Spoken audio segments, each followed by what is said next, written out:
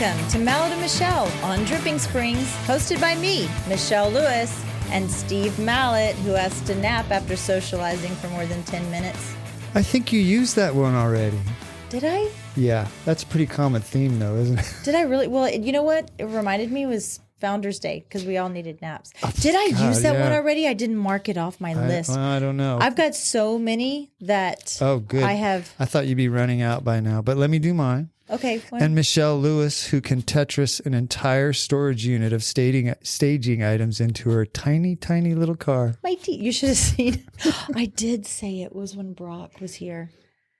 Yeah, that's okay. Honestly, it's probably worth repeating. It probably is.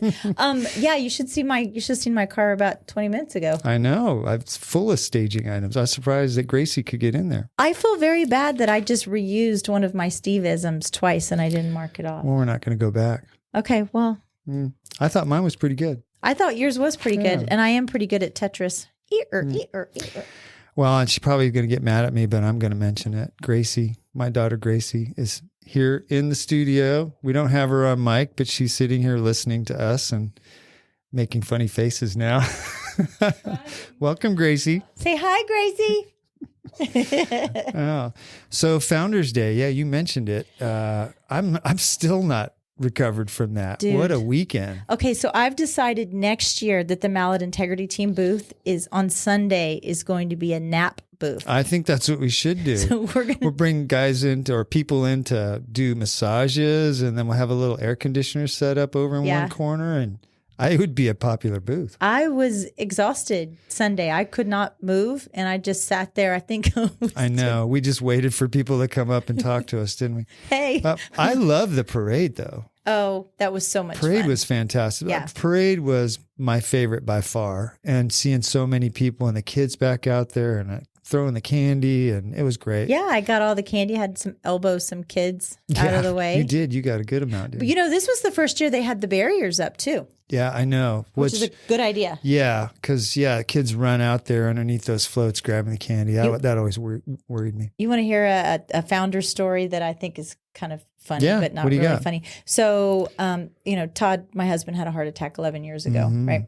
And so Founders was the first real event that we took him to right after his heart attack. He had it in March, and I think Founders was in April. I drug his ass out to Founders. My God. A month after he had a heart attack, you brought him to Don't sit around in my house. Jeez. So we brought this little lawn chair, and he's sitting out there. And we're like, okay, this is perfect. We're right kind of by EMS, and we're in a good spot. So Todd, you sit right here. You didn't say don't be a baby, did you? Don't be a little bitch baby. It was just a heart attack. Well, he'd say, I died. Oh, yeah, we all know. Yeah. Okay. So he's sitting there, and the Baptist church with all the kids are on. Is it the Baptist church? No, it was the DSYSA float. Okay. They were in front of us, and they're walking, and all of a sudden one of their spotters gets his heel caught on the trailer tire, and it runs over from his heel, so the top of his foot ends up touching what is this, your shin. And so he's under the tire, and I run over, and I'm waving frantically at the driver, and he's waving at me like, hey, parade, and I'm like banging on the window, no, you've just run over somebody. They get all the kids off. The gentlemen have to pick the trailer up out of the guy. So we kick the heart attack patient out of the chair and have him sit. How old was this person? He was actually the father of a cheerleader dad, Kendall's. My gosh. But so when I said the Baptist church, we asked him where his wife was and said that she was on the Jesus float because he couldn't think of anything. So I'm running down Mercer Street looking for the Jesus float, and I finally get there. As I'm running, people are like, Mama Lewis, and I finally get to the float. Like you were in the parade. Huh? Yeah. And Look, Mama Lewis is in the parade. I'm on hands and knees. I'm like, your husband was run over by a float. What? Like, what? What do you mean run over in the Founders Day parade? This was 11 years ago, but we didn't. I don't think we had any injuries. I think a kid fell off one of the floats. Oh yeah, but I don't think he. I saw was hurt. A woman being carted off by the medics on Saturday, but geez, that could have been. That was probably the Deep Eddy tent. It probably was. It was a little hot. Maybe it was dehydration. My husband we'll give her the benefit of the doubt. He went up to the Deep Eddy tent, and they said, "Sir, these are just samples. And he goes, and I'm wanting to sample another one. So keep them coming. Keep them coming, mister. Yeah. No, it was fun. They did a great job this year too, with such a big crowd. The Founders Commission, man, they really pulled it off. Dee Marsh, I was exhausted watching her. I know. I saw some of her posts. And we were on Wallace Street, kind of over by Independence Title, and underneath this great big, I think it was a pecan tree. And at first I was like, oh, we're on Wallace Street. But I think that was one of the best spots in the whole place. I know. I think I'm going to try to, if you can, I think we're going to request that spot again next year. We were in shade all weekend. But just want to let you know that if you came and visited us on Sunday.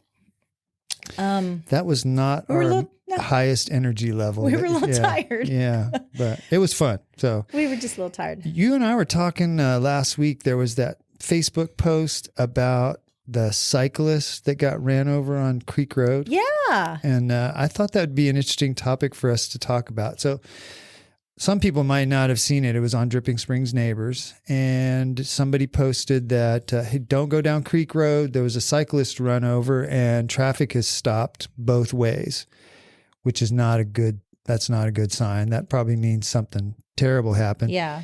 And the first 3 comments on the post said something like, oh, prayers to him and his family. I hope he or she's okay. Does anybody know who it is?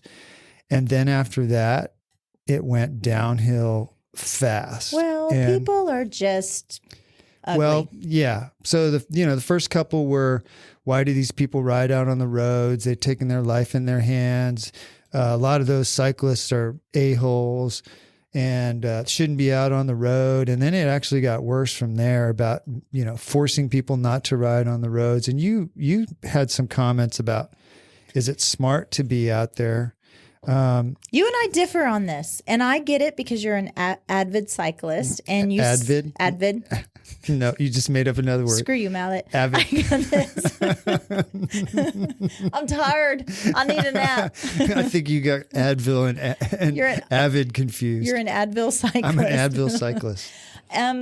But I feel like there are times when I'm coming on a 2-lane road and I'm on a blind curve and I'm going the speed limit or the recommended speed limit. Yeah. And all of a sudden I come up on a cyclist that is in the lane that doesn't have to maintain the same speed that I do, that I feel like not only are they being a danger to me, but they're being a danger to themselves. But if they're on this blind curve, just like if it was an animal, if I hit the animal, it is my responsibility, right? Well, as a driver of a car, it's your responsibility to not run into anybody. I'm not purposely running people over, although I've thought about it. Yeah, I bet you have. Well, it's the same. What about tractors? What about pedestrians? I mean, if you take that argument that, hey, you shouldn't be out there because that's dangerous for me when I'm driving, well, you could say that about just about anybody. I can tell you that if my ass got run over this past weekend running across 290, that was 100% my fault. Well, yeah. Well, and you know what? There are some cyclists that probably bring it on themselves. And what a lot of people don't know that aren't cyclists is it's a very social sport. And when you're riding 2 or 3 people, if you ride in a single line, you can't have a conversation. I can't hear a word that the person's saying in front of me. Then get in a car. No, because we're trying to get exercise. We're trying to have fun.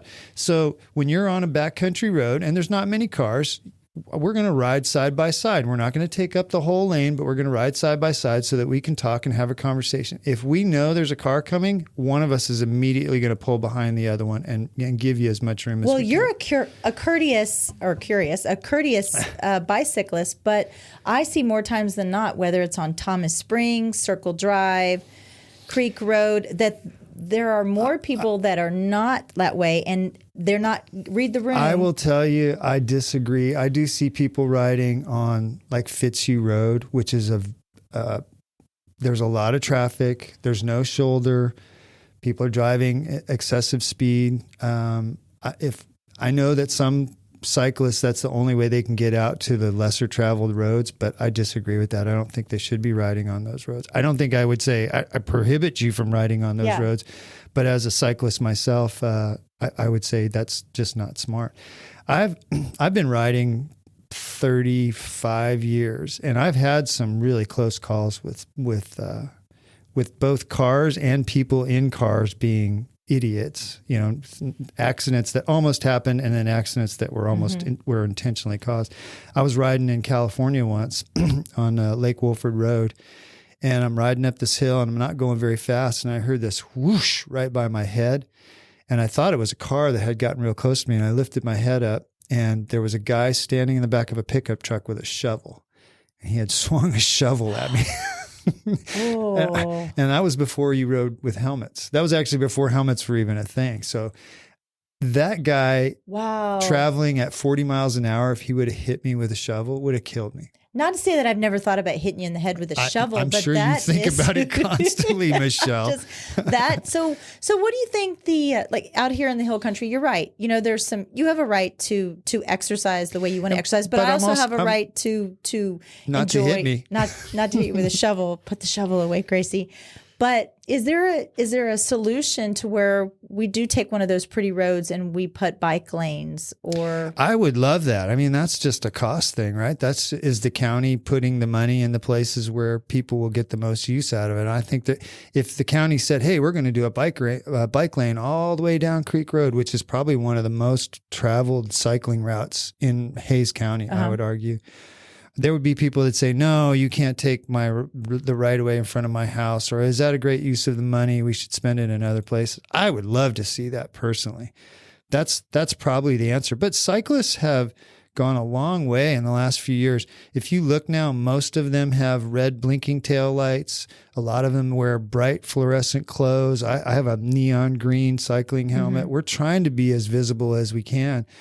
And for the most part, if you give those people just a hit your horn a little bit when you're 150 yards behind them to let you know, please don't ride up right behind them and honk your horn. It scares the living daylights out of us. Just tap your horn as you're coming up on them. Almost every one of them will give you as much room as you need. And if you're on a blind corner, wait until you get around. It's going to save you an extra, take you an extra 20 seconds. When I was on Creek Road last week, and it was kind of misting a little bit, just started raining. Like where it's too bright to not wear your sunglasses, but not bright enough to, it was kind of that little weird area. And sure as here, like a whole 10 group of them, 2:00 in the afternoon during the weekday. So, like on a Saturday morning, a Sunday morning, I kind of expect, especially if you're going down Thomas Springs.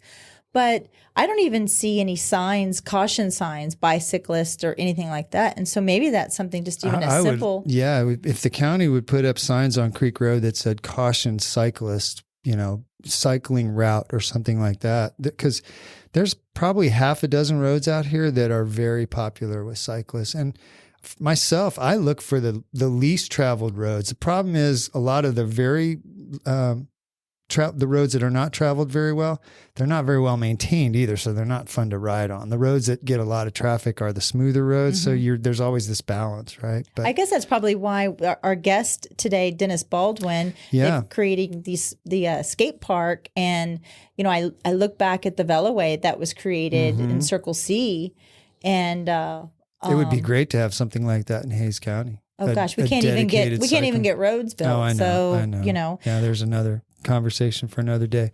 But please, the other part of the Facebook comment was, after a day or two, I went back to see if anybody knew who the person was and if they were safe. And the post had been deleted. I guess it must have gotten so contentious that the author of the post took it down. But I still don't know who it was and how they are, and I'd love to know if they're okay. You never want to wish harm on somebody that is out there enjoying our beautiful hill country. Fathers and husbands, and those, and wives and daughters, and those, don't just look at them as a cyclist in your way. Those are human beings that somebody's going to miss if you take them out. Yeah.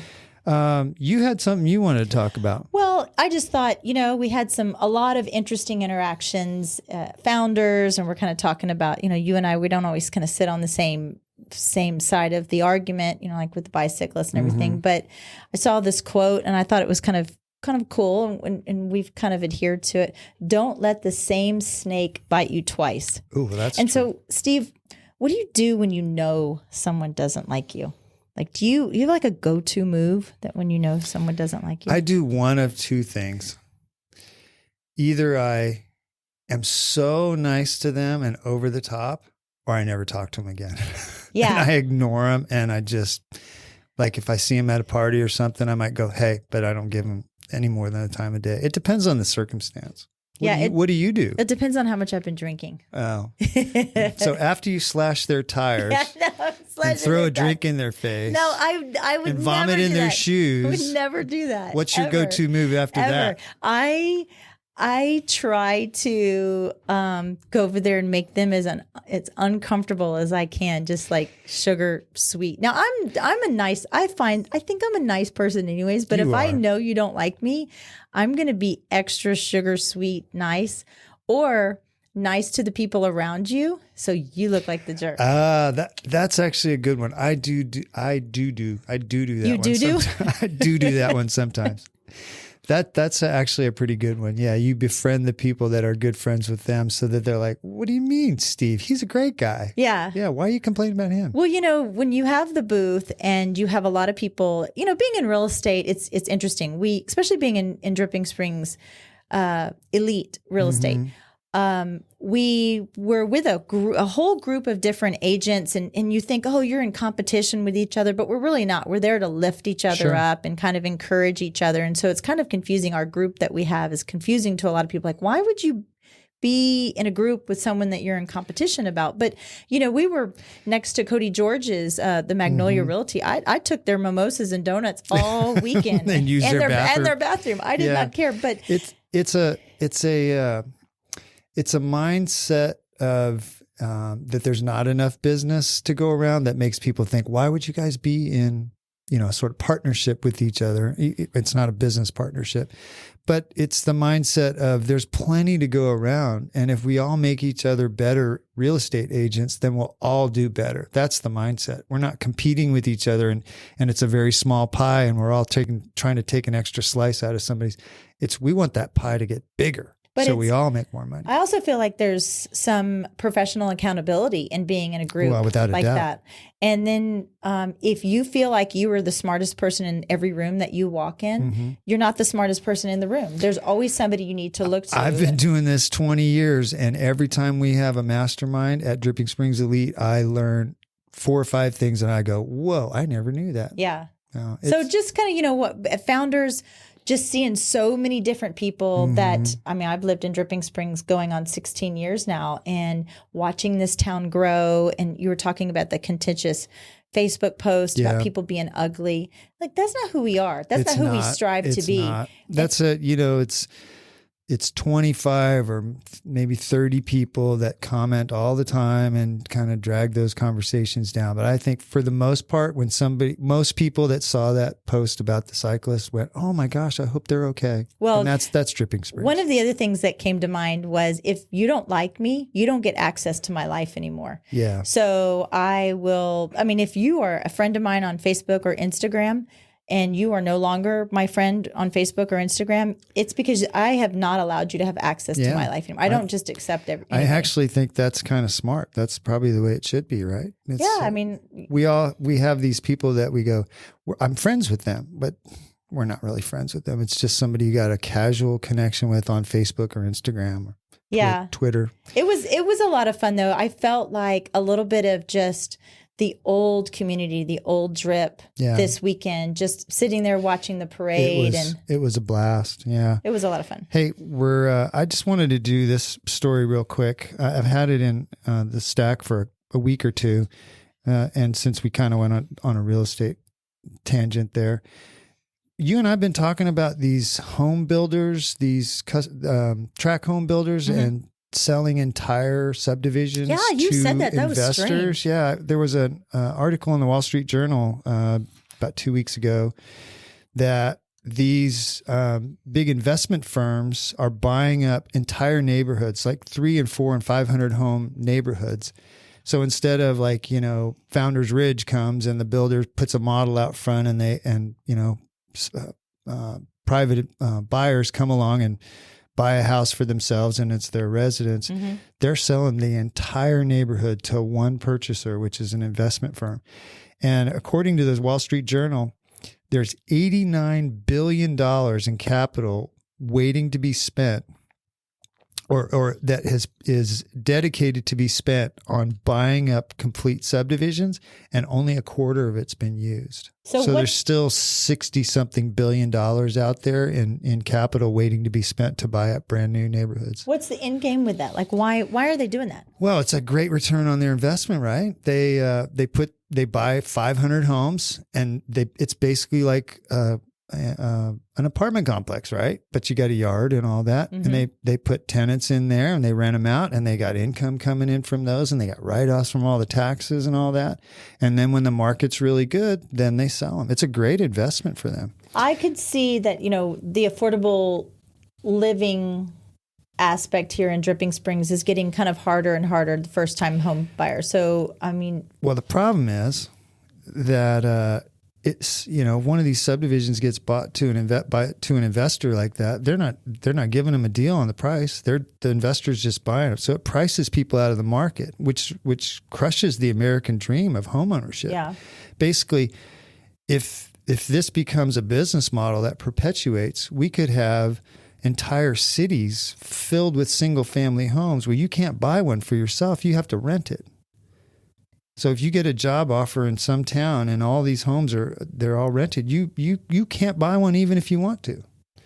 Well, you have a High Point, you have a Belterra, you have a Calaterra here. I think in this area right here, there's enough existing subdivisions where resale homes are still available. Yeah. But like if the Big Sky, for instance, mm-hmm. if that was just an investment firm, I don't know. I think the American dream is still alive and well. Is homeownership. Well, right? But if you moved here to Dripping Springs and you could only afford a $500,000 house, you don't have a whole lot of options. If you could only afford a Isn't that crazy? I know. House. Well, in this article, they're talking about in Scottsdale, Arizona, there's a builder called Keystone Homes, and they're building an 800 house construction or subdivision. Uh-huh. They're under construction, and they're selling half of them to an investor. So 400 of them are under contract with an investor. And I don't know. I kind of don't like that. I know there's some homeowners associations fighting it, but those would be homeowners associations that, like you said, are established subdivisions where mm-hmm. somebody can't come in and maybe over the course of time buy them up so that they're all owned by investors. I don't know. I don't really like this trend. Apartment buildings have always been owned by investors, and that's been a great asset for them. Now that they're looking at these single family homes, which is what most people, right? You fall in love, you get married, you have you buy your first single family home, you have a couple kids. That's like the American dream. I know that's changing, and Gracie's over there, and that and that's that for the younger kids. Maybe that's changed, but I still think deep down it's what most people mm-hmm. want. They want to have their home to grow. They want to have their own little piece of the pie. It's the best investment you can get over the course of time. Yeah. How many of us have made great money? My first house was $189,000. What was yours? $74,000. Yeah. And no, but then it grew, and you got equity in it, and that's, I don't know. I hate to see that. So it's going to be interesting. We're going to watch that, and I'm going to talk about it in future episodes. But rents are going up. They're saying in most cities in the country, rents have gone up double digits just this year, not in the last year, in the last 4 or 5 months. How do you think the interest rate rise is going to affect people's buying power? I'm already hearing stories about the market maybe turning a little bit. So if you were thinking about selling and you're kind of hoping, for the top of the market, there's some indicators now that maybe this is it. This is the top of the market. So, yeah. I don't know. We're going to have to watch it and see. And it depends on what the Fed does too. If they just keep jacking up interest rates and interest rates get up 6%, 7%, 8%, which they're not saying they are, but if they do, things will change quickly. Yeah. Well, I may have to get back on Twitter now too, since Elon Musk. Is. Yeah. No, I don't know. That's been a dumpster fire lately. It's been a cesspool. That's why I got out of it. Yeah. So. Yeah. Well, we're going to take a little break and get Dennis Baldwin in here. He's the gentleman that spearheaded the skate park project. So I'm looking forward to talking to him. Me too. Yeah. So hang on, sit tight. This show is brought to you in part by the Mallett Integrity Team, serving Dripping Springs, Austin, and the surrounding areas of Central Texas since 2004. When you need the best real estate advice and service, give them a call at 512-829-2062 or email them at mallettintegrityteam.com. Well, welcome back. We're here with Dennis Baldwin. Welcome to the show. Thank you for having me. I'm excited to be on. Yeah, great. A lot of people don't know that you are spearheaded the skate park here in Dripping Springs. That's right. I do take a bit of credit, but it has been a community effort. Community effort. Yeah. Absolutely. Yeah.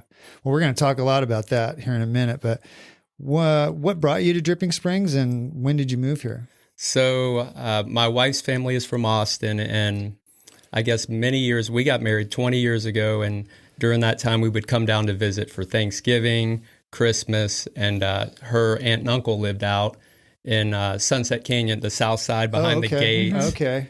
10 acres, beautiful. So we did a lot of Thanksgivings there, just fell in love with it. And we were living in East Dallas, out of an area close to Lakewood. Okay.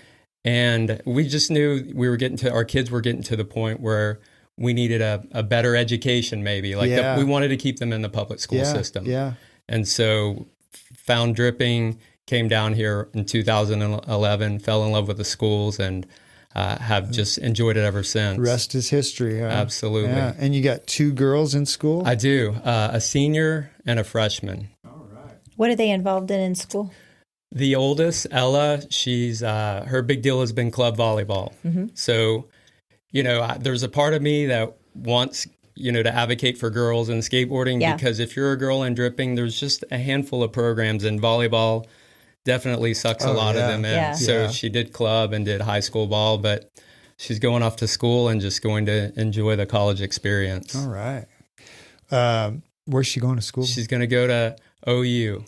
Oh, my wife and I both went to small out-of-state schools and didn't really understand just the affiliation and the loyalty to a lot a lot of the Texas schools. So when we say OU, I kind of brace yourself a little bit. It's okay, Dennis. We don't hold it against you. And you went to the Citadel? I did, which is a military school. Right? It is. I grew up I was born and raised in Irving, but went to high school in Dallas and got really involved in club soccer.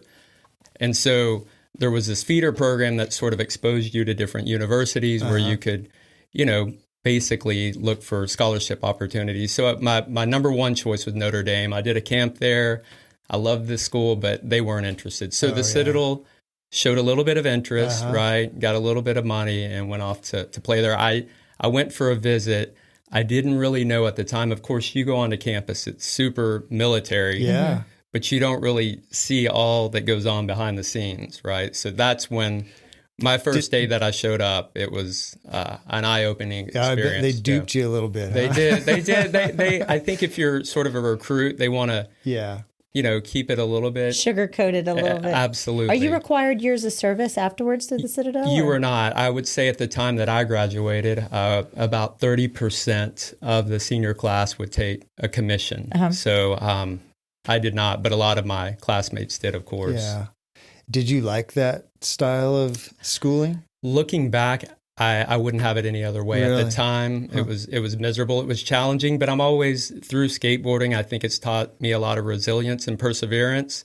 I got in there and, they're shaving your head, yelling at you. You have all these. Really? Oh, yeah. It's like you're eating, at mess hall, you're eating, you can't make eye contact with any of the upperclassmen. You're, sir, yes, sir. It's almost like boot camp. Oh, it's intense, right? And I don't come from a military background, right? But part of me was like, I can do this.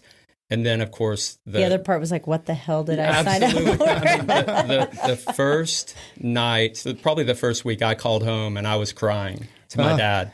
Like, I can't do this. Wow. Right? But they instill that sense of like, the road less traveled, you can do this. But the upperclassmen are brutal. And we sort of joked that the guys that are yelling at you were the guys that got picked on in high school, right? Geez. So that's what my son said said about boot camp also. And he said, really. now that he's been in 7 years, and he looks back at his time in boot camp and he's like, I don't know what I was so scared about. Do you think they're hard on you, but if they recognize that you're starting to cave, maybe they try and keep you in the fold, or are they just like pounding you? I think it's the inverse of that. Really? Like a lot of the upperclassmen, it's all about attrition. Like, you have different companies. I was in F Troop or Foxtrot, and each company like took pride on how many people they could run out. Now, I'm not speaking reflective of what the Citadel represents today, but it's like anything. We say we had the harder system than the young kids, right? It's always like, They smelled fear and they preyed on it. Without a doubt. Without a doubt. And then you're a software engineer? I am. And did you become interested in that at the Citadel, or were you ready to do that when you went into school? That's a good question. I think software was somewhat premature as it compared to what we see today. Yeah. My degree is in electrical engineering, and so I've always had this interest in electronics, taking things apart, understanding them, but coupling that with software really piqued my interest. So when I got out of school, I did this little, I fell in love with the web. I learned HTML, said, hey, I want to do a skate t-shirt business. So I learned a lot about programming through that endeavor, right? And so I'm a self-taught software engineer, but through my experience of starting many different things and networking, I've taught myself over the years. And so you mentioned a couple of startups that you've recently sold, but how did you go from electrical engineer, self-taught software engineer, and then you started to figure out how to do startups? And it sounds like your whole process is to sell them at the end. How did you go from step 1, 2 to that third step? Yeah. So what I learned quickly is that if there are any kids listening, I definitely advocate this for my daughters, is to experiment, to do internships, to really, and now with the information on the web, you have access to anything, right? Yeah. But I had gone through this engineering program and I'd gotten out and I ended up at this power distribution company called Square D Company. They're huge, part of a larger international organization. And I realized, what am I doing, right? Like, I had studied all this stuff, but I had no real world or field experience. Yeah. So I went in as an application engineer. We were building these switchboards or designing them. They were building them out on the floor. And it was just kind of the same thing. Yeah. There was too much, maybe too much structure. I'd come from a very structured environment. Yeah. And I realized, hey, I want to do something else. So I moved back to Charleston and then just got a job doing a website for a guy. This guy, actually, a quick side story, his name was Lee Spence, and he is the guy that claimed he discovered the H.L. Hunley, the sub that got sunk in Civil War. Oh, yeah. Oh, wow. I remember reading about that. And so he had a website called shipwrecks.com. Okay. I was doing web design, and I'm like, and the guy was, I hope he's not listening. He was just crazy. You know what I mean? Like, he would come in. Unless he lives in Dripping, he's probably not listening. He won't. Okay, well, you never know.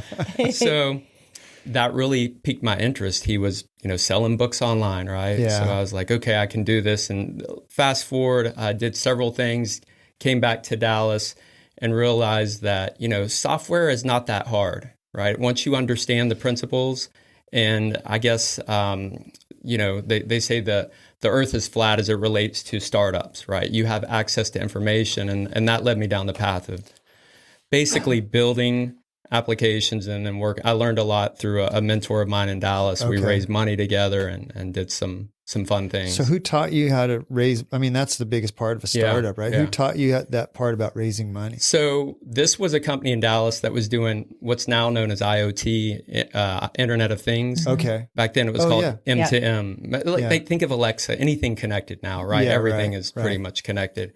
And so I watched the process of raising money. It was about $15 million from this group out of Austin called Austin Ventures. Okay. And sort of saw what that process looks like. And I learned through it that that's not the way that I wanted to go big VC, right? Maybe more angel. Venture capital money. Exactly. Yeah. Mm-hmm. Exactly. So witnessing the process, being a part of it, and I was just an engineer, right? So like a lot of these startups, people bring, huge talent to the table. Right. And they're enticing them with stock options and all this money that may come later. But at the end of the day, you guys know that it's few and far between, Sweat right? equity. That's right. Yeah, sweat equity. Yeah. What I've seen over the years is there's a lot of people that have one particular talent, but they don't have all the talents to do that. So it sounds like you do. You have the knowledge of the software side and the money side, and you put it all together. How many startups do you think you've started? I've probably done, and let me make it clear, I've failed more than I've been successful. Well, I think most guys would say that, right? In what you do, yeah. I attribute that. I know we'll get to skateboarding. So what do they say? That you're not really failing, you're just you're making failures on the way to success or something like that. There's an old saying. And I'm looking at Michelle, but she doesn't have any idea what I'm saying. But go ahead. No, and they say learning feels a lot like failing. Like you're constantly, that you're taking that, right? Yeah. That information, that process, and hopefully not repeating. You build on it. Yeah, that's right. So I would say the ones that I would actually talk about, probably 4 or 5. Yeah. The more recent ones are the ones just because, like you did say, I can do a lot, but I realized I can also get in the way of my own self, right? Yeah. And sort of, it's hard to delegate. Mm-hmm. Sometimes you're like, oh, well, no one can make the sausage like I make the sausage. Michelle's looking at me. I'm the same way. I feel the same way about my business. The key is acknowledging it, right? I know. That's step number 1. That was a big step for me when Michelle started working for me 7 years ago. I really had a hard time just letting her do stuff. And in the last couple of years, I've just given her more leeway to do that. And it's made our business so much better. That's a big lesson for kids to learn. Because I am always right. And she's not afraid to tell me. That's right. So the last 2 you did, Price Blink and Invisible Hand, you sold those to Red Ventures? We did.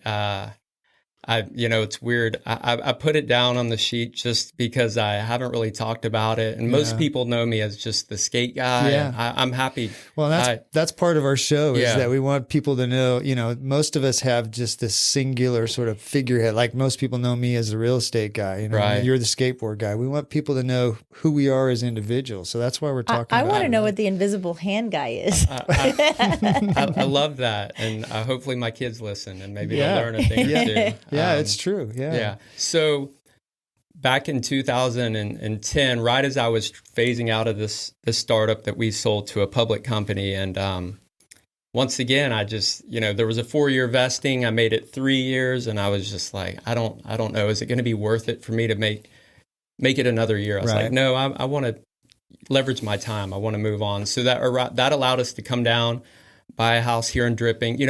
Everything happens for a reason, obviously. These are stepping stones. And about that time, we started what is known as Price Blink. And it's a browser extension.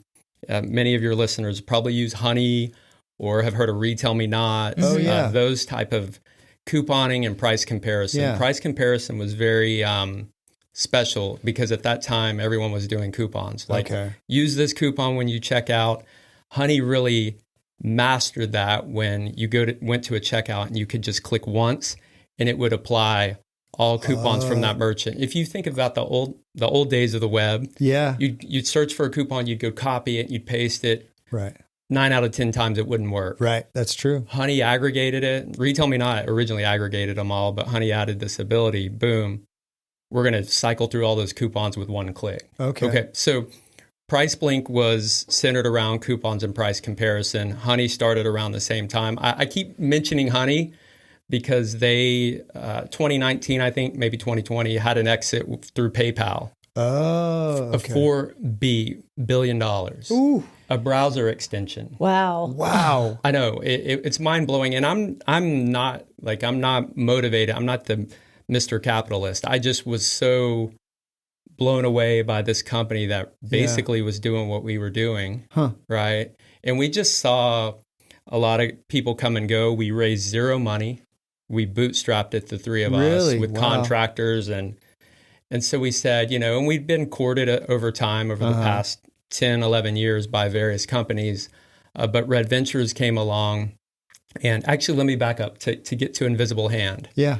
That we own those 2 properties. We bought Invisible Hand from this group out of London many years ago. It was like they were shutting down the business, And so Invisible Hand and Price Blink both from a high level do the same thing. Okay. But an end user, it's kind of like, I don't know if sometimes there's multiple ketchups on the shelf. Yeah. They're just sort of packaged differently, Sure, right? sure, People yeah. are like, oh, this one's better. And the guys up top are like, whatever appeals to you when you look at it. Yeah. Exactly.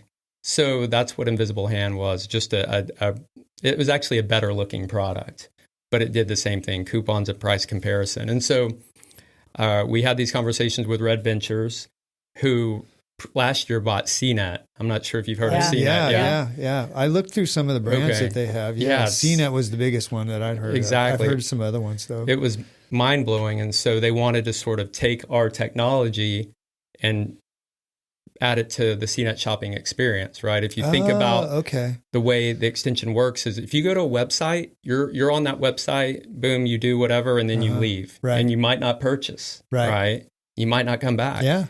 What the extension does is it goes with you, right? So if you were on Amazon, you end up on Walmart, we could say, hey, by the way, you can get this cheaper back at Amazon or over at eBay or Best Buy. So that was their strategy. Yeah. It's actually scary to me to think about that, but I know it happens, but it's still scary to think how much stuff how you're being tracked around on the internet, right?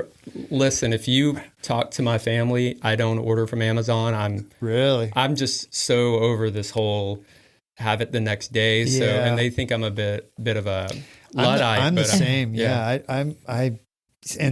Some of the stuff you get from them is just crap too. Just don't look at me because me and the UPS guy are real tight because he comes to my house every day. Well, and you see him all through the neighborhoods, right? There's just stacks of boxes. He's like, "Hey, Michelle, you okay? Just checking on you." But I think we're also big believers in supporting local if you can. Some of that stuff you can't get local, but I love that. Yeah. So just as a side note, my wife, I canceled my Prime account, which she used.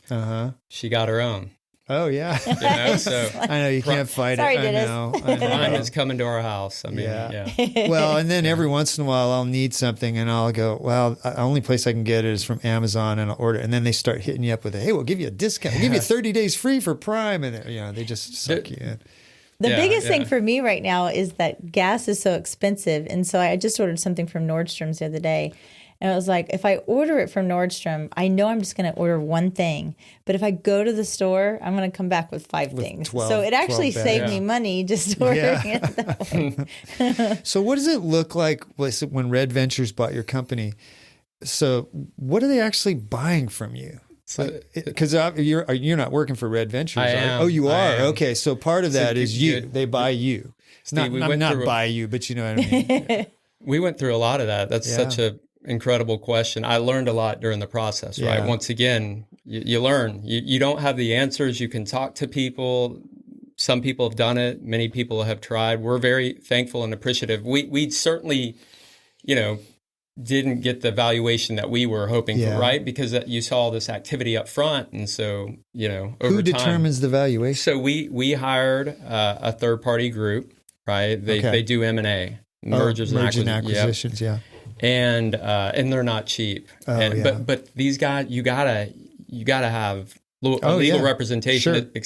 Especially Red Ventures is a $1 billion market cap private entity. Like we're gonna get. They're the big boys. Yes, and so of course they look at revenue, right? Our revenue had been declining, whatever, but they really looked at the upside opportunity of taking our technology. So let's talk about, it's called LTV, lifetime value of a user. Okay. Let's say they're $2, right? Let's just put a number on that. That's what we're worth, Michelle. Yeah. I mean, you guys are worth a lot more than that. You're not a commodity. We're worth 5. I'm at least 225. You guys are unique and not a commodity. The browser extension, that's a commodity. Yeah, to the end user, they download it for free. Their expectations, it's got to perform. So they want to take this technology out to hundreds of millions of users that come to their website and get some partial uptake, right? And then you can sort of quantify that if you can get X number of users over the course of the next year. So there was a valuation determined. There was on our end, we said, hey, we want to do this. We negotiated back and forth, right? Their number was low, our number was high, and all that. Yeah. And then basically we ended up at a number we agreed upon. And so there was they want to keep us around. Sure. That's the main thing right now. And we were trying to negotiate a 1-year earn out. Right. Didn't go so well. We found out like the day before we closed that they weren't excited. So we're like, they want 2 years. And so that really was very disruptive for us. I'm right? sure. You know, it's like, what if you guys sell the real, like you want to sell and then you kind of want to go figure out what's next. Your next adventure. The next, Yeah. So, but I've been loving it. So we came to an agreement. We closed. There was 75% up front of the valuation, which is good. Yeah. And then 25% over 2 years. Okay. And so there's just enough to sort of keep you around, and I'm enjoying Red Ventures. Yeah. They're so cool. are you an employee of them now? Absolutely. Okay. Absolutely. Which is probably a little interesting for you because you've been running your own Steve, show. I have great health benefits. Yeah, finally. I mean, you know, it's funny. I never had good health benefits till I got married. I married my wife who works for the school district, Austin School District, Texas School for the Deaf. And no, it's true, isn't it? I mean, there's some things about being back in a corporation that I really appreciate. Yeah, there's probably some things that are stifling. But, but you know, in case this gets leaked back to Red Ventures or whatever. No, I know you're not. I know you're not complaining, but it's just the nature of the beast, right? Absolutely. Yeah, you know, when you're your own boss and you get up every day and decide what to do, that's different than totally answering to some manager. Somewhere. I had to schedule to be with you guys in my calendar today and make sure that. Interesting. So skateboarding. When did you start skating? I would say Back to the Future was instrumental. So 85, 86. Okay, Did you guys see the city float in the parade? They had a DeLorean. Yes. Oh, we saw I that. did. Yes, Yeah, so that was super. So 85, 86, I would have been 10, 11. Okay. And my neighbor had a skateboard, which I thought was the coolest thing in the world. I started skating in the mid 70s, I think. I did not know that about you. Yeah. You probably don't, Tony Alva and Powell and Peralta. And what do you mean I don't know? Well, of course. Yeah. Well, but I mean, those guys were before you, right? But Tony Alva was like mid 70s. Absolutely. Yeah. I've got Skateboard Magazine every month, and I had a quarter pipe in my backyard when we lived in Spain. So you're going to be at the ribbon cutting. You know what? I don't think I would step on a skate. I'm 59 now, Dennis. I'm not sure I'd step on a skateboard. I will pay money to do that. Let's create a campaign. Yes, a GoFundMe account. Oh God, Sure. Good thing I have good health insurance. So I learned a little bit about skating because my exposure to skating was just riding on my stomach down my driveway because I'm not as coordinated. I did a little bit of that in the early days. I don't know about you, Dennis. I wasn't as coordinated, but I learned that skateboarding started in the 1950s in California. Yeah.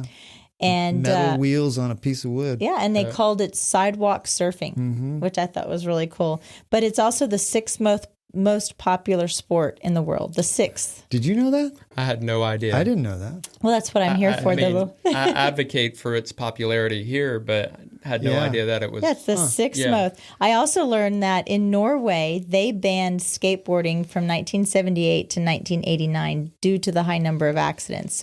But then people were doing rogue skate parks and stuff like that in their own backyard, and people were charging for things. So there was like a whole underground skate culture in Norway, so it actually made skateboarding more popular. I was going to say, you could see that, right? That if something's banned, the kids are going to be more drawn without to it. Without a doubt. Yeah, and DIY is a big deal. Yeah. Like where you can build it yourself and skate it. Yeah. Well, back when I started skating, Tony Alva days, they used to break into these houses that were boarded up and skate in the pools. Yeah. I read about that too. Can you imagine if they would have had Google Maps? I know, huh? No kidding, huh? I know. I also learned that obviously skateboarding is a dangerous sport, but more than 10,000 skaters are injured every year, but it's mostly due to them wearing the improper protective gear. So it's not necessarily just the accidents per se. It's just they're not wearing, and wrists are the most things that are broken.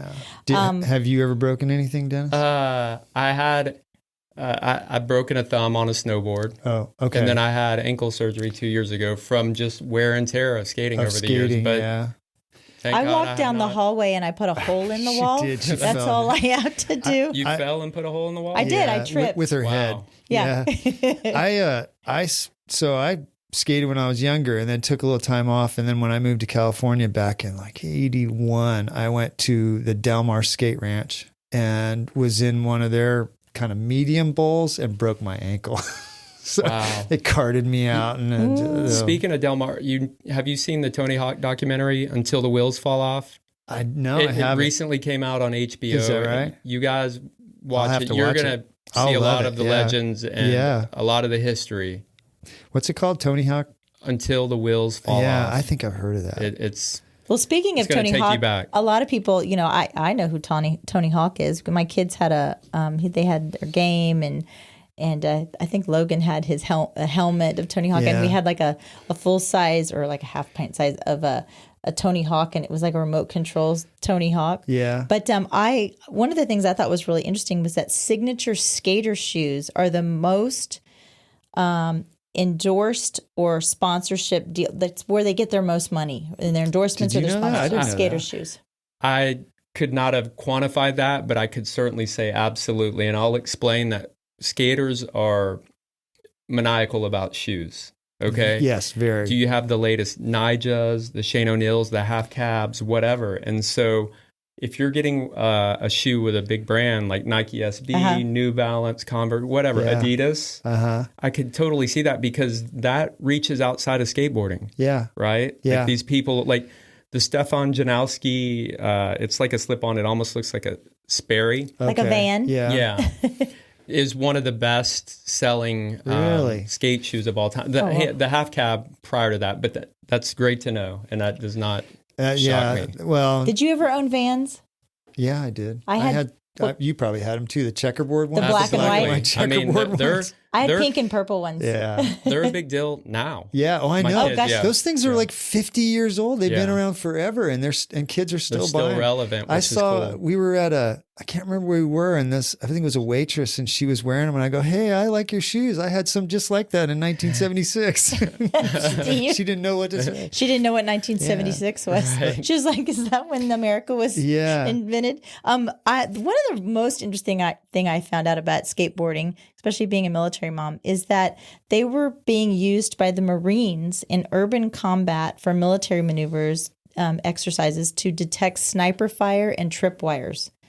These skateboards. Geez, that sounds terrible.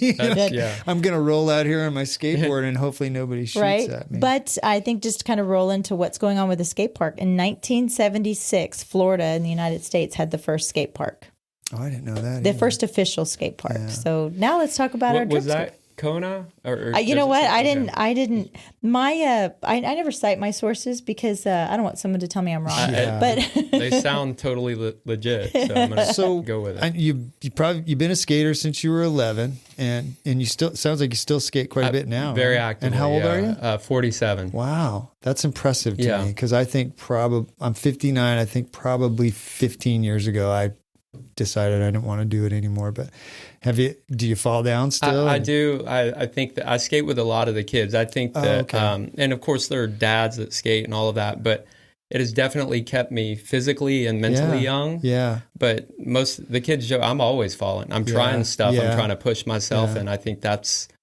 a great asset to learn. Yeah. Right? You're gonna fail, and in skateboarding, a lot of things aren't easy. Yeah. Right? To get back up and to do it true. again. I think I'm stubborn in that regard. Yeah. Maybe a little bit too. I did like the part where, you'd like trying some new trick and you just like, I would go out on my driveway for 2 hours and just do it over and over, and you'd fall off and you'd do it again and you get a little bit better at it. That I was, read about is it called the Ollie?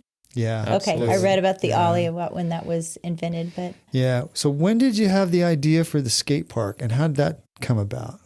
When I moved here, I was actively skating, going to House Park downtown. That's one of the most Yeah, famous, yeah. I used to take my boys down there. Yeah, it's gotten a little rough nowadays. Yeah. But when we go there multiple times a week, had a amazing group of guys. We still skate together, and just realized that needed to exist here in Dripping. And I was part of an amazing community of skaters in Dallas. Like Okay. they exist if you find them, they exist wherever you go. Oh, yeah. Right. And so I was thinking, what is the best way to advocate in dripping? So I reached out to the YMCA, and that because they're big in California, Encinitas. Yeah. Oh, I'm sure. Yeah. And they were busy. They got a lot going on. So what ultimately happened is Dripping Springs Community Education. Misty Hurlbut and I forget who was before Lucy, but I went over there and pitched the idea because anybody in the community can go do something through community ed. So you can say, hey, I'm passionate about weaving, right? Okay. Basket weaving. Yeah. I want to do classes, and then they help promote it and take a little cut or whatever. So started in 2014, and we would do classes at the high school band parking lot. Okay. Kids would come out, and the program grew. And I knew that it was important to show that there was support and awareness before you could even get in front of city council or whatever. I also remember, I remember when all of this happened, and there was some pushback from some people in the community thinking that having a skate park was going to have the undesirables and the degenerates. Well, I mean, Steve Mallett. Yeah. Yeah. How hard was it to sell it to the city? So I tell the story. You know Eric Henline. Yeah. Eric, I stalked him. I was like, okay, how do I get connected with this guy? Because he's on the Parks Board, right? His kid is my kid's age. And by the way, I want to say something about my younger daughter at some point because I totally left her out. So we got connected and met at the barber shop, had a beer, and just had a great conversation. I said, hey, this is really important. It's going to be a tremendous asset to the community. Yeah. And so he's helped. He's crazy, right? Like people say, oh, you're crazy for doing it so long. I'm like, you're crazy for not being a skater, not having a skateboarder. Yeah. But that shows the people that really care about the youth and giving other activities besides organized sports. The best thing that was told to me from a friend, she said, skateboarding is something you can do without schedule or without fee. And in dripping, we're all about schedule and all about fees, right? Yeah. So I'm a victim of that. I'm not trying to, come on here and tell. Well, I mean, it's true. It's one of the few sports you can get into skating for $150. Yeah. You're done. It'd be nice to have the special shoes, but you don't really need them. And I loved it when I was a kid.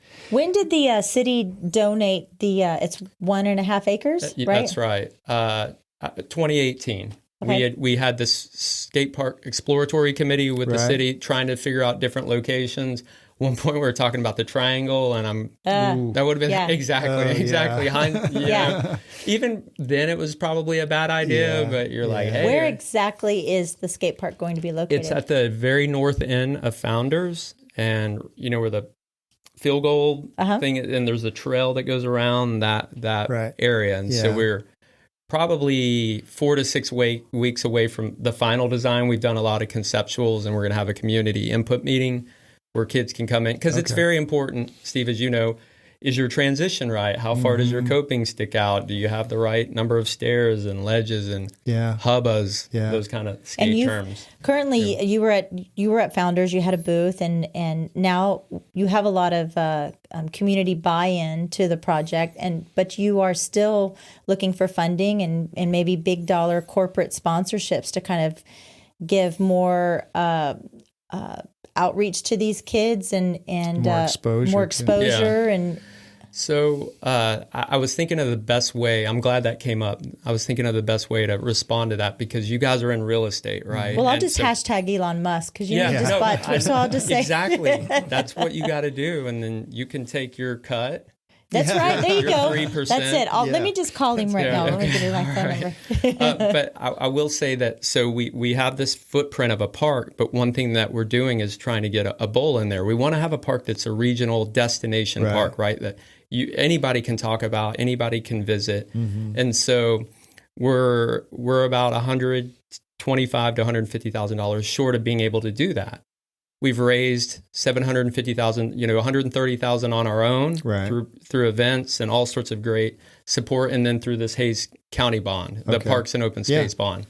So it's sort of like I use the term analogy, building a house. Let's say you're 85% of the way to your budget, right? And we're going to go back to the city and say, hey, help fill this 15% gap versus not doing your full dream home, right?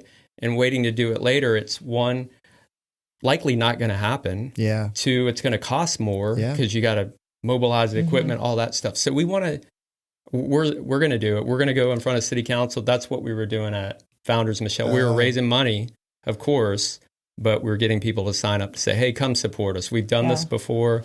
And so I think it's a great thing. The kids would get a lot out of it. And there's not much for kids to do, like you said, after school. We've talked about it on previous episodes where the places where kids can go on a Friday afternoon to hang out with their friends are few and far between. Yeah. And to have something where you don't, I assume they're not going to have to pay to skate, are they? It's not at all. It's just a park. It's funny you say that because we've been doing this a long time. And a guy that I know through, my wife did PTA forever, and he came up to me at Founders, and he's like, we had something that said free. He's like, free? All this time I thought you were trying to build a skate park as a business. Oh, wow. And I was like, first off, you can't make money. There's a very select few of private skate parks, right?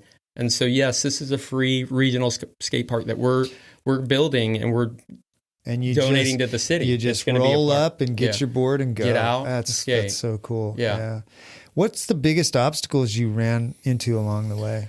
I know nothing about fundraising, so that was the biggest challenge. Like I'm passionate about this project, and I will pitch it to anyone, right? And I've grown into a level of comfort in selling it. But when we originally went to the city, we were like, hey, let us raise the money. You guys, don't need to worry about anything. And that was pre-COVID. Yeah. So what we're ending up now is raising more money and maybe getting the same size park, or if not smaller than we had originally intended. Well, costs have also increased. Building costs, just concrete has increased. Absolutely.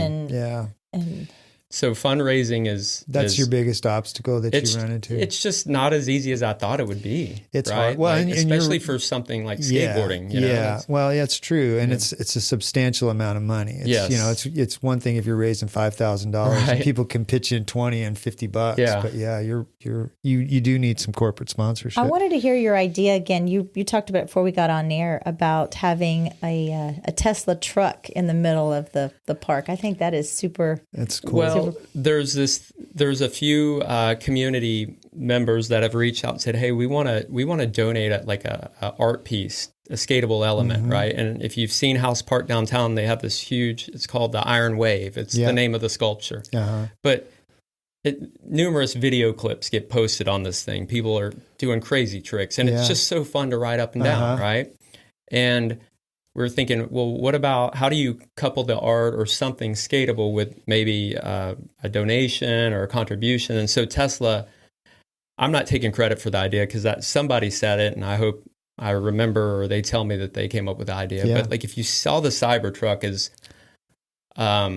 as much as I don't think it's very appealing, right? Somebody does, right? A lot of people do. Yeah. But if you took it and you sliced it in half and you just set it in the middle of a park, it would obviously you have to, but it's got the angles. You could wally, you could grind, you could tail slide. You could do lots of tricks on that. Absolutely. Yeah. And it would be something that obviously shows that Tesla supports the outdoors. They're, local. I think a lot of people that work at Tesla are going to live in Dripping Springs. Yeah. Well, he just bought something, I don't know, for $44 billion. He may have another $300,000 laying around that he could just kind of throw over here to drip. Just fall out of his pockets on the maybe. floor. I'll go look at his couch. We're going to see if it's in there. We're going to be waiting for your tweet. Okay. When I get home, I need to get back on Twitter. Yeah. Dennis, did you ever have a day when you were going through this process of getting this park set up where you thought, what the hell am I doing?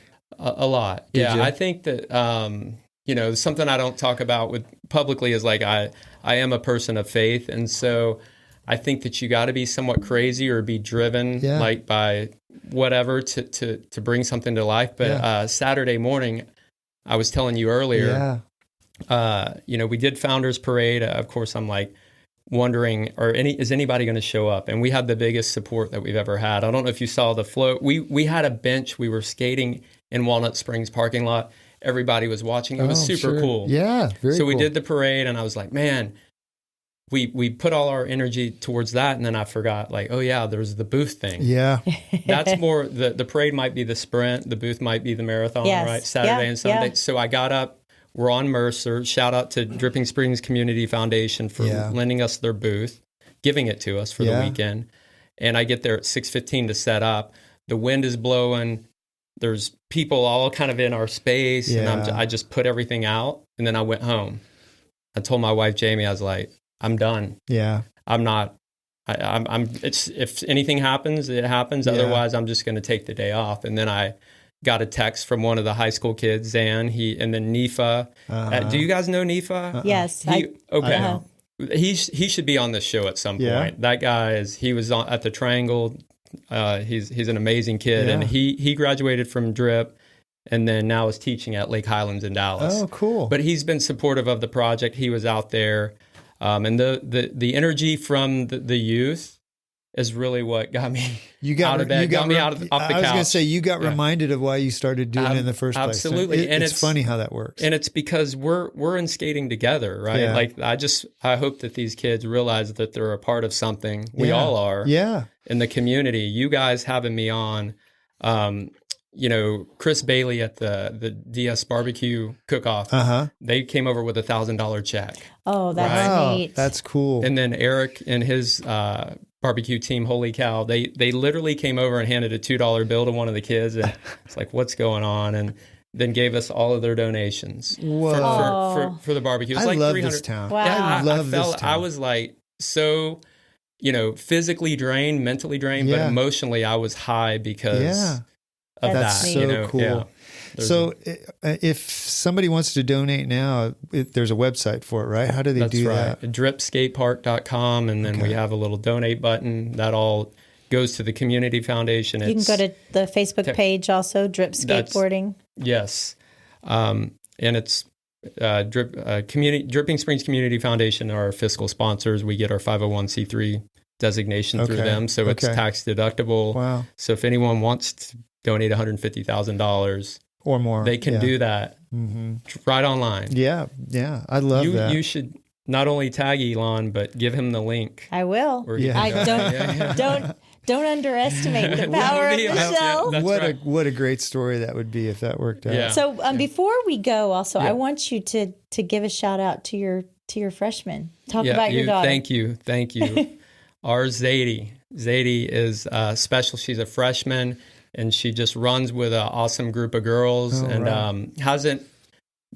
doing the volleyball thing, which I'm totally supportive of. And I think part of my motivation in skateboarding and advocacy is that neither of the daughters have really shown interest, right? But she can skate around with the best of them, right? So sometimes it's about finding the right person, the right friend to sort of encourage you. True. But it's true. Yes. Thank you for asking. We love Zadie. Everybody that knows Zadie, she's a firecracker. I love her name. Yeah, I do too. Yeah.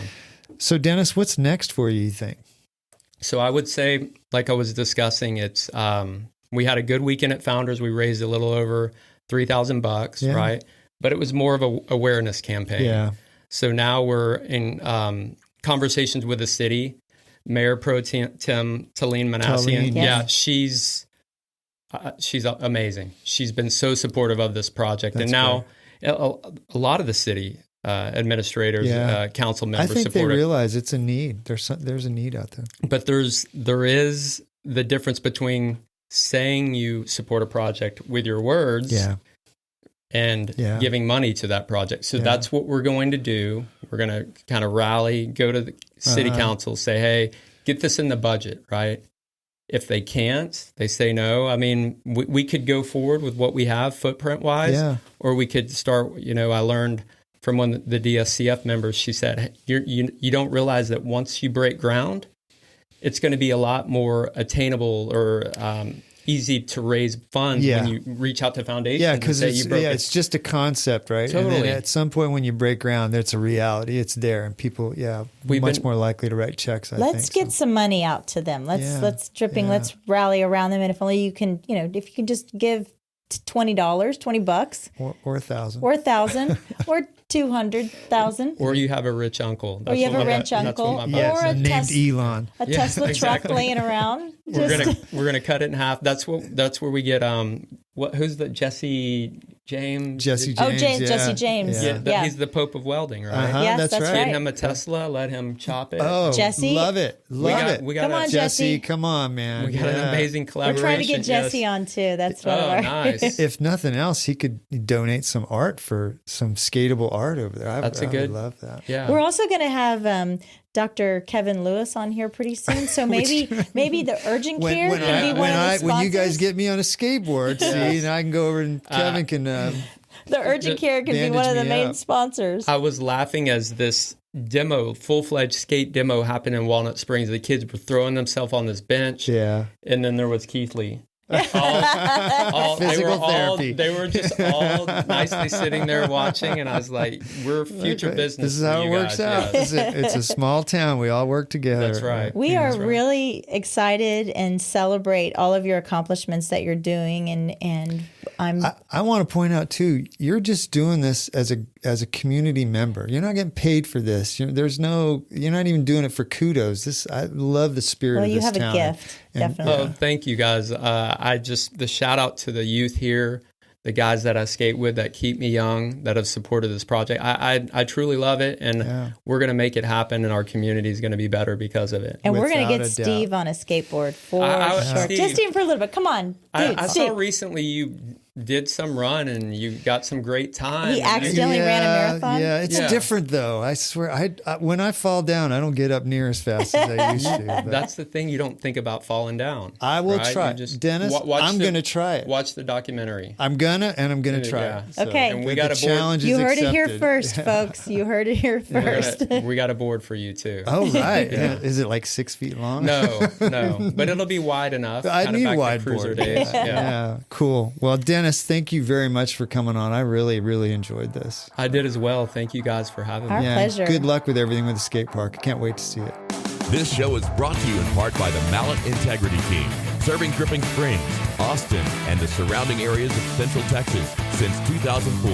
When you need the best real estate advice and service, give them a call at 512-829-2062 or email them at mallettintegrityteam.com. Thanks for listening. If you have comments or feedback, please email us at malletandmichelle@gmail.com.